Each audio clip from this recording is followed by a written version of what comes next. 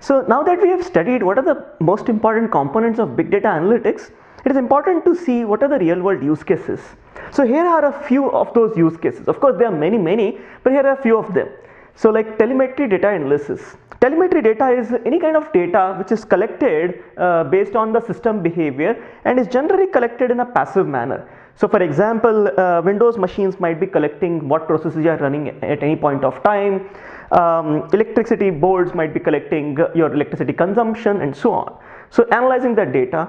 Buyer propensity model. So what is the likelihood that this guy who has just visited your store will actually buy the stuff, buy the product, right?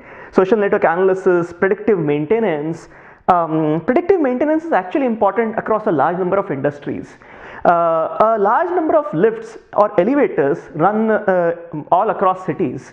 Before an elevator goes down or some accident happens, you want to really predict before the actual accident happens and do the maintenance beforehand. Usually, rather than any predictive maintenance, what many lift companies do is to do a maintenance at particular time periods.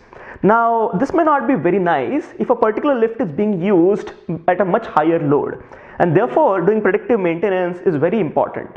Predictive maintenance is also important other kind of critical equipment, for example medical refrigerators or also like parts of an aeroplane. So all of these of course can undergo periodic maintenance, but sometimes they can actually go bad very quickly, and therefore it is important to do such predictions as to when this machine can go bad and therefore do a maintenance beforehand.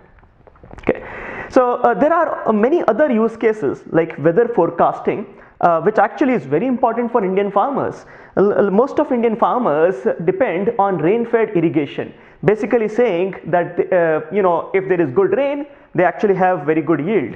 So therefore it is very important for them to know the weather forecasts so that they can sow the seeds at the right time.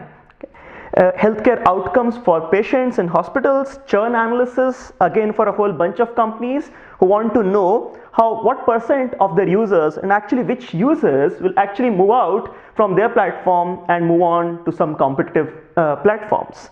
Right. Fraud detection, life sciences research, and so on.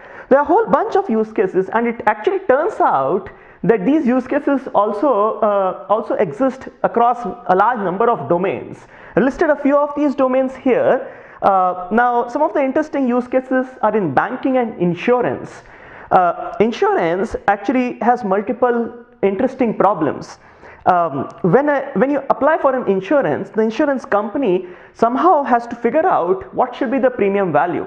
If the premium value is fixed as too high, then folks don't want to buy your insurance. Right? But if the insurance value is fixed too low, the premium value, in that case, if something wrong happens with the insurer, then the insurance company ends up paying too much. So the optimized premium value is something that can be predicted using machine learning. That said, there are of course more use cases in insurance. For example, there's a whole bunch of fraud that exists around insurance, especially around health insurance. People get sick and they visit hospitals. Hospitals, when they know that you are insured, sometimes can actually do a whole lot of fraud. For example, they might do some certain procedures but may charge much more, right? Charge the insurance agency much more. So in those cases, using machine learning so as to figure out whether there is a fraud or not in the insurance claim is also an important machine learning problem, right? So similarly, there exist many use cases. An interesting use case comes to mind in the fashion industry. Now you would think, what fashion has to do with any science or machine learning? But it turns out there are very interesting use cases.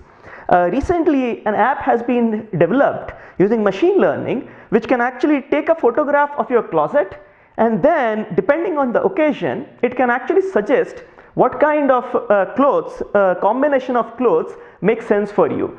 So essentially it's an outfit suggestion app, and where do you get training data for learning such app? Well, there are so many photos on the web which talk about what things go with what, and somebody could really label those things as cloth entities and therefore use that training data to train a model which given an occasion recommends the best outfit.